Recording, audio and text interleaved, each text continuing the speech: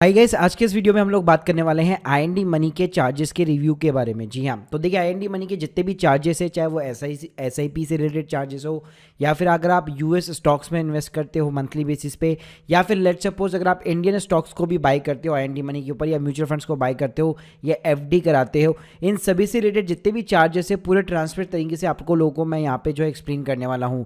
आप लोगों को बताना चाहूँगा आईएनडी मनी को पिछले मैं 1.5 साल से यहाँ पे जो है यूज़ कर रहा हूँ और उनकी मैं रग रग से यहाँ पे वाकिफ़ हो चुका हूँ कि कहाँ पे वो कितने यहाँ पे चार्जेस लगाते हैं। और इसके ऊपर मैं काफ़ी सारे यहाँ पे ऑलरेडी वीडियोस वगैरह भी बना चुका हूँ कि अगर आपको यूएस के स्टॉक मार्केट में इन्वेस्ट करना है तो आईएनडी मनी ऐप के थ्रू कैसे कर सकते हैं। तो चलिए गाइस, पहले हम लोग आईएनडी मनी की बेसिक यहाँ पे प्राइसिंग की बात कर लेते हैं। तो देखिए, ये अकाउंट ओपनिंग के ऊपर यहाँ पे कोई भी फीस वगैरह चार्ज नहीं करता है।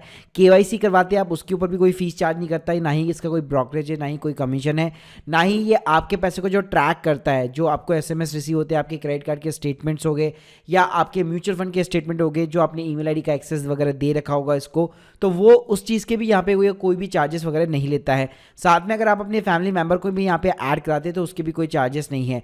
अगर गाइस मैं म्यूचुअल फंड्स की बात करूँ तो ये डायरेक्ट म्यूचुअल फंड्स ऑफर करता है, रेगुलर नहीं करता है। यानी कि सारे इनके जो म्यूचुअल फंड्स होते हैं वो कमीशन फ्री होते हैं, तो उसके ऊपर भी ये कोई भी यहाँ पे पैसा नहीं कमाता है। इवन अगर आप स्विच करते हैं रेगुलर से डायरेक्ट के अंदर भी, तो भी यहाँ पे कोई भी आपसे चार्ज नहीं लिया जाता है। गाइस बात करते हैं कि आखिर फिर आईएनडी मनी कमाता किस चीज़ में। तो देखिए, इसका जो मेन सोल प्रोडक्ट है वो है यूएस स्टॉक का। जी हाँ, तो यहाँ पे क्या है गाइस, आईएनडी मनी में आपको कई सारे यहाँ पे चार्जेस देने पड़ते हैं जब आप यूएस स्टॉक के अंदर इन्वेस्टमेंट करते हैं। देखिए, यूएस स्टॉक के अंदर इन्वेस्टमेंट करते टाइम आपको पहले तो चार्ज ये देना पड़ता है कि जब भी आप अपने आईएनआर को डॉलर्स के अंदर कन्वर्ट करने वाले होते हैं, क्योंकि होता है कि अगर आपको यूएस के मार्केट के अंदर इन्वेस्ट करना है, चाहे ईटीएफ हो गया या कोई पर्टिकुलर कंपनी का स्टॉक हो गया, तो आपको डॉलर के अंदर यहाँ पे फ्रैक्शनल के अंदर इन्वेस्ट करना पड़ता है।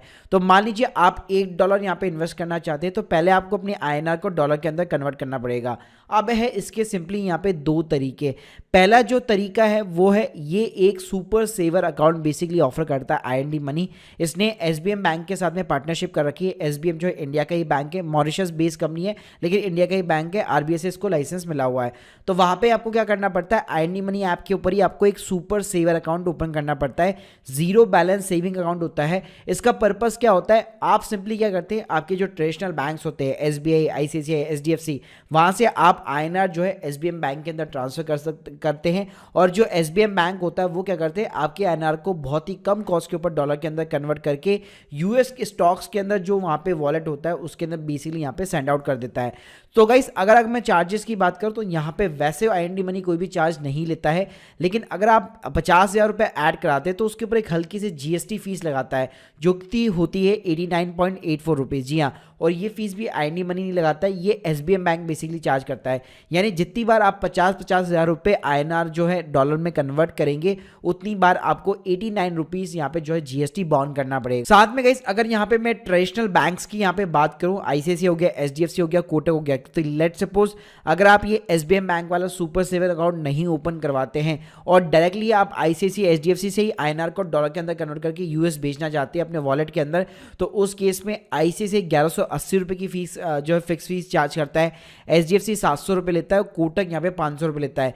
यानी इसका मतलब है, अगर आप जब भी पैसे ऐड कराएंगे तो वहां पे भी आईएनडी मनी आपसे कोई भी चार्ज वगैरह नहीं लेता है। ये जो मैंने आपको जो चार्जेस भी आपको बताया वो सारे के सारे बैंक यहाँ पे चार्ज करते हैं। इस बात करते हैं यहाँ पे विड्रॉल चार्जेस की। तो देखिए, आप जब यूएस स्टॉक के अंदर इन्वेस्ट करते हैं तो आईएनडी मनी उसके ऊपर कोई भी ब्रोकरेज या कमीशन वगैरह नहीं लगाता है, एकदम फ्री ऑफ द कॉस्ट रहता है। लेकिन लेट सपोज अगर आप अपने जो डॉलर से आपके जो वॉलेट के अंदर पड़े हुए हैं उसको वापस आईएनआर के अंदर कन्वर्ट करके अपने सेविंग अकाउंट के अंदर वापस लेके आना चाहते हैं, या आपने जो स्टॉक्स बेचे हैं उसके जो डॉलर्स आपके पास में वॉलेट में पड़े हुए हैं उसको आप आईएनआर के अंदर विड्रॉल करना चाहते हैं, तो उस केस में आपको चार्जेस देने पड़ेंगे। तो उस केस में गाइस यहाँ पे आईएनडी मनी जो है $5 पर विड्रॉल का बेसिकली यहाँ पे चार्ज लगाता है। इसका मतलब है, अगर आप $1,000 यानी कि 70-80 हज़ार रुपये यहाँ पे अगर विड्रॉल करना चाहते हैं आईएनआर के अंदर, तो आपको $5 यानी कि ऑलमोस्ट जो है 400 से 500 रुपये की फीस आपको यहाँ पे बॉन्ड करनी पड़ती है पर ट्रांजेक्शन के ऊपर। साथ में गाइस, ये जो ट्रांजेक्शन वाली फीस होती है, फिर चाहे आप आईसीआईसीआई बैंक में करा रहे हो, एचडीएफसी में करा रहे हो, कोटक में करा रहे हो, सबके अंदर ये लगेगी। यानी ये जो $5 की फीस है अल्टीमेटली आईएनडी मनी यहाँ पे चार्ज करता है। यानी कि जैसे आप यहाँ पे प्रोसीड करेंगे $1,000 के लिए, तो आपके $1,000 यहाँ पे विड्रॉल के लिए प्रोसीड नहीं होंगे, 1000 में से $5 कट जाएंगे और बाकी के जो $995 बचेंगे आपके, वही यहाँ पे प्रोसीड होंगे। साथ में अगर आप ट्रेडिशनल बैंक्स के अंदर करेंगे तो वो बैंक्स अपनी तरफ से भी यहाँ पे जीएसटी की फीस लगाते हैं, तो इसलिए मैं आपको सजेस्ट करूंगा अगर स्पेशली यूएस स्टॉक मार्केट में इन्वेस्ट करना है तो आईएनडी मनी का भाई सुपर सेवर अकाउंट जरूर यहाँ पे ओपन करवा लेना। अब गाइस बात करते हैं यहाँ पे आईएनडी मनी एक आपको एसआईपी मोड की सुविधा भी देता है, जिसके अंदर आप सिस्टमेटिक वे के अंदर मंथली बेसिस पे यूएस के किसी भी स्टॉक के अंदर ईटीएफ के अंदर इन्वेस्ट कर सकते हैं। तो देखिए यहाँ पे आईएनडी मनी एसआईपी मोड के लिए यहाँ पे कोई भी चार्जेस वगैरह नहीं लेता है, लेकिन आपको यहाँ पे ध्यान रखने वाली बात यह है कि जैसे आपका बैंक जो है एसआईपी के रूप में ऐसे ऑटो डेबिट मारता है, मतलब अपने आप ही पैसा डेबिट होता है, तो वो पैसा क्या होता है आईएनआर से कन्वर्ट होकर डॉलर में जाता है। तो उस केस में भी गाइस आपको जो मैंने अभी ऊपर आपको फीस बताई, जो जीएसटी की फीस थी जो एसबीएम बैंक यहाँ पे चार्ज करता है, अगर आपने 50,000 रुपये ऐड किए तो लेट सपोज अगर आपकी 50,000 रुपये ऑटो डेबिट होकर डॉलर के अंदर कन्वर्ट हो रहे हैं तो आपको हर बार जो 89 रुपीज़ की फीस है वो यहाँ पे देनी पड़ती है। और ये जो 89 है ऐसा नहीं है कि आप हर बार 50,000 रुपये, लेट सपोज अगर आप 5,000 रुपये भी ट्रांसफर कर रहे हो, 5,000 रुपये को भी अगर आप डॉलर के अंदर कन्वर्ट करना चाहते हो तो उस केस में भी आपको ऑलमोस्ट इतनी ही करीब आपको फीस देनी पड़ती है। तो इस फीस का यहाँ पे जरूर जो है ध्यान रखिएगा कि आपको जीएसटी हर बार हर ट्रांजेक्शन के ऊपर देना पड़ेगा जितनी बार भी आप आईएनआर से डॉलर के अंदर कन्वर्ट करेंगे। इसके अलावा ये एफडी वगैरह अगर आप कराते हैं आईएनडी मनी के साथ में तो कोई भी चार्जेस नहीं करता, और म्यूचुअल फंड्स के ऊपर ऑलरेडी मैं बता चुका हूं कि डायरेक्ट म्यूचुअल फंड्स ऑफर करता है तो कोई भी चार्ज वगैरह नहीं लेता है। इसके अलावा रिसेंटली आईएनडी मनी ने इंडियन डीमैट अकाउंट यहाँ पे ऑफर करना शुरू किया है अपने कस्टमर्स को।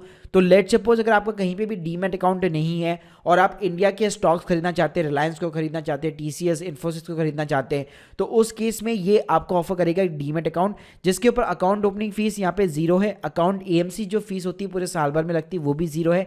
लेकिन अगर मैं ब्रोकरेज की बात करूँ कि जब भी आप उसको बाय करेंगे तो जो भी आपकी ऑर्डर वैल्यू होगी उसका 0.05% या फिर 20 रुपीज़ दोनों के अंदर जो भी यहाँ पे लोअर होगा वो बेसिकली यहाँ पे चार्ज होगा।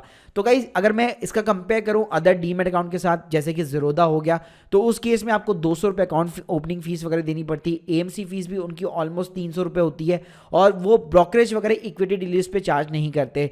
ऐसे यहाँ पे ग्रो हो गया तो ग्रो की कोई ओपनिंग फीस नहीं है, एएमसी फीस नहीं है, लेकिन हाँ ब्रोकरेज फीस ऑलमोस्ट इतनी ही बराबर है।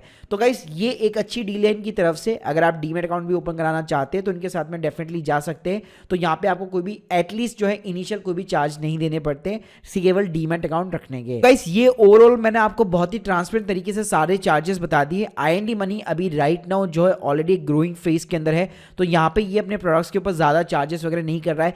मेन ये जो पैसा कमाता है वो केवल विड्रॉल फीस से कमाता है। जब आप आईएनआर डॉलर्स को जो है आईएनआर के अंदर विड्रॉल करते हैं तो $5 जो डिडक्ट करता है वो सिंपली इसके चार्जेस है। इसके अलावा ये और कोई आलतू फालतू चार्जेस नहीं लेता है। बाकी जितने भी जो चार्जेस आप लोगों को मैंने बताया वो सारे के सारे पे बैंक जो है as a GST fees basically charge करते हैं। और ज्यादा से ज्यादा अगर आप पैसा बचाना चाहते हो तो आईएनडी मनी का सुपर सेवर अकाउंट यहाँ पे जरूर ओपन कर लेना। तो guys hope you like this video, please subscribe channel. अगर आप लोगों की कोई भी डाउट्स है कमेंट बॉक्स में जरूर बताइए। Thank you guys, thank you very much.